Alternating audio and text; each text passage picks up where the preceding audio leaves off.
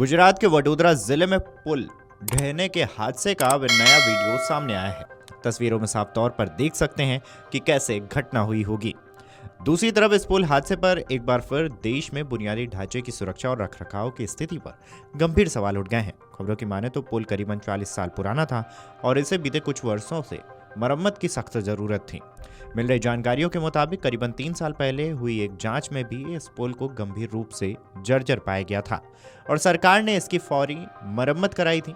फिर स्थानीय प्रशासन द्वारा समय रहते इसकी जांच और रखरखाव की कोई प्रभावी पहल नहीं की गई। बुधवार सुबह पादरा कस्बे के निकट गंभीरा गांव के पास 4 दशक पुराने पुल का एक हिस्सा ढह जाने से कई वाहन महिसागर नदी में गिर गए।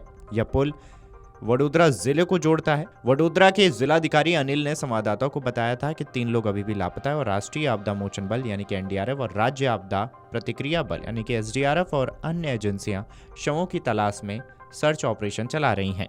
अब तक 10 से ज्यादा पीड़ितों के शव बरामद किए जा चुके हैं। 5 घायलों की हालत स्थिर है और उन्हें जल्द ही अस्पताल से छुट्टी दे दी जाएगी।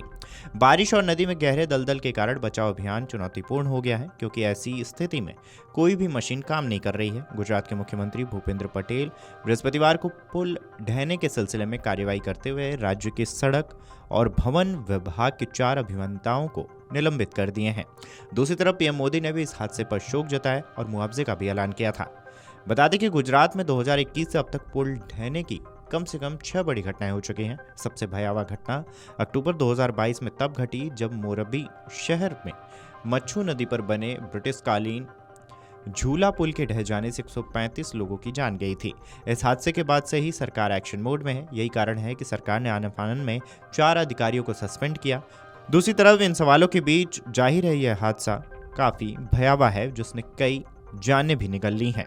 बहरहाल ये किसी प्राकृतिक आपदा का नतीजा नहीं है, बल्कि मानवीय लापरवाही, प्रशासनिक उदासीनता और निर्माण कार्यों में गुणवत्ता के अभाव का दुखद परिणाम है। जिस समय यह पुल टूटा उस वक्त लोग इस पर से गुजर रहे थे। गनीमत तो ये रही कि नदी में पानी कम था, अन्यथा स्थिति और भी गंभीर हो सकती थी। और यह केवल गुजरात की समस्या नहीं है, यह पूरे देश के लिए एक चेतावनी है। यह हादसा सबक देता है कि पुराने ढांचों की नियमित और गहन जांच जरूरी है। यही नहीं, भ्रष्टाचार और लापरवाही को रोकने के लिए कड़े नियम और उन्हें सख्ती से लागू करने की भी जरूरत है। जांच का आश्वासन तो दे दिया गया, लेकिन यह महज औपचारिकता नहीं होनी चाहिए। इसके नतीजों को सार्वजनिक करना, दोषियों को दंड देना भी जरूरी है। हर बार जब कोई पुल ढहता है या कोई इमारत गिरती है तो हम जिंदगियों के खोने के साथ लोगों का भरोसा भी खोते हैं। फिलहाल पुल हादसे की जांच अभी भी जारी है। Video desk Amar Ujala dot com. अगर आप ये वीडियो YouTube पर देख रहे हैं तो हमारे चैनल को सब्सक्राइब कर बेल आइकन दबाएं और Facebook पर देख रहे हैं तो हमारे पेज को लाइक करें।